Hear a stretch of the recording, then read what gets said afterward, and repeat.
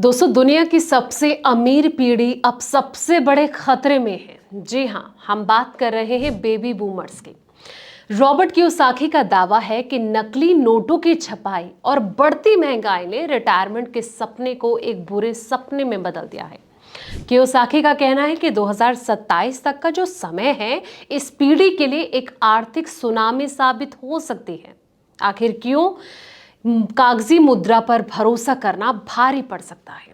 आज हम डिकोड करेंगे दोस्तों कियोसाकी के इस डिजास्टर प्रेडिक्शन के बारे में, इसलिए वीडियो को एंड तक जरूर देखें। नमस्कार, मैं हूं आपके साथ संध्या बिष्ट और आप देख रहे हैं द इकोनॉमिक टाइम्स हिंदी। दोस्तों, प्रसिद्ध लेखक और निवेशक रॉबर्ट कियोसाकी अपनी निवेश की सलाह और बाजार में आने वाले बड़े क्रैश के प्रेडिक्शन को लेकर हमेशा चर्चा में रहते हैं। आज उन्होंने बेबी बूमर्स के लिए रिटायरमेंट आपदा को लेकर बड़ी बात कही है। तो चलिए समझते हैं बेबी बूमर्स कौन होते हैं, रॉबर्ट कियोसाकी क्या कहना चाह रहे हैं। सबसे पहले जानेंगे दोस्तों हम कि बेबी बूमर्स आखिर होते कौन हैं। तो साइलेंट जनरेशन यानी कि 1928 से लेकर 45 और जनरेशन एक्स 65 से 80 के बीच में आने वाली जनरेशन को बेबी बूमर्स के नाम से जाना जाता है। यानी कि ऐसे लोग जिनका जन्म 1946 से लेकर 1964 के बीच में हुआ।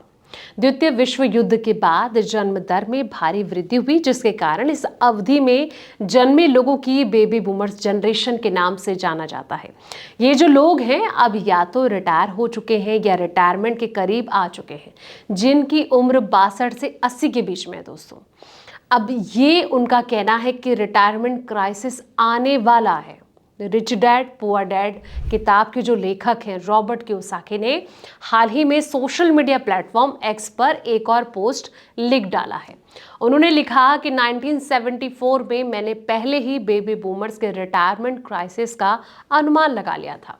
उनका कहना है कि 2026 में लाखों पर भी बूमर्स बेरोजगार हो जाएंगे, यानी कि वो रिटायर हो जाएंगे और वो आर्थिक संकट में फंस जाएंगे। रॉबर्ट कियोसाकी ने यह भी कहा दोस्तों कि कई बेबी बूमर्स के घर नहीं होंगे और ना ही उनके पास पैसा होगा।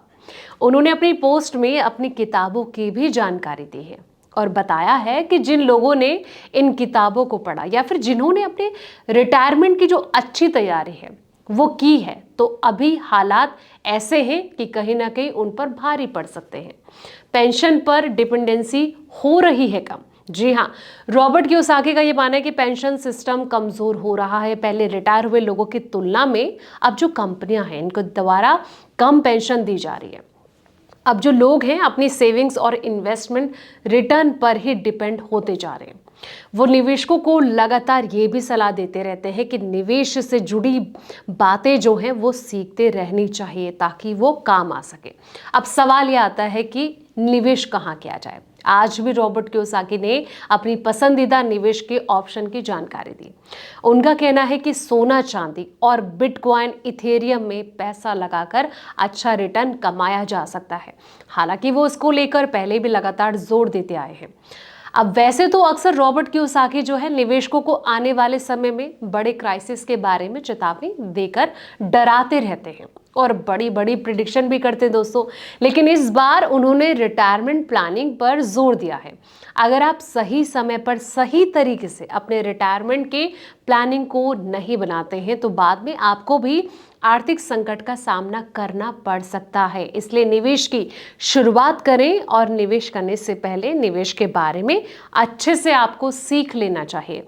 हालांकि रॉबर्ट कियोसाकी ने जिस तरीके से रिटायरमेंट जनरेशन के लोगों के लिए एक बड़ी प्रेडिक्शन कर दी है, हालांकि वो मार्केट को लेकर भी प्रेडिक्शन करते रहते हैं और कहीं ना कहीं जो आर्थिक संकट है, डॉलर है, इसको लेकर भी कहीं ना कहीं चेतावनी देते रहते हैं। लेकिन इस बार बेबी बूमर्स को लेकर जो उन्होंने बड़ी बात कही है दोस्तों, उससे आप कितना सहमत हैं? कमेंट सेक्शन में जाएं, अपनी राय जरूर लिखें ताकि हमें आपकी राय समझ आ सके, पता चल सके, ताकि उम्मीद करेंगे कि ऐसे ही जो तमाम अपडेट्स भरे वीडियो हैं वो आपके लिए लाते रहें।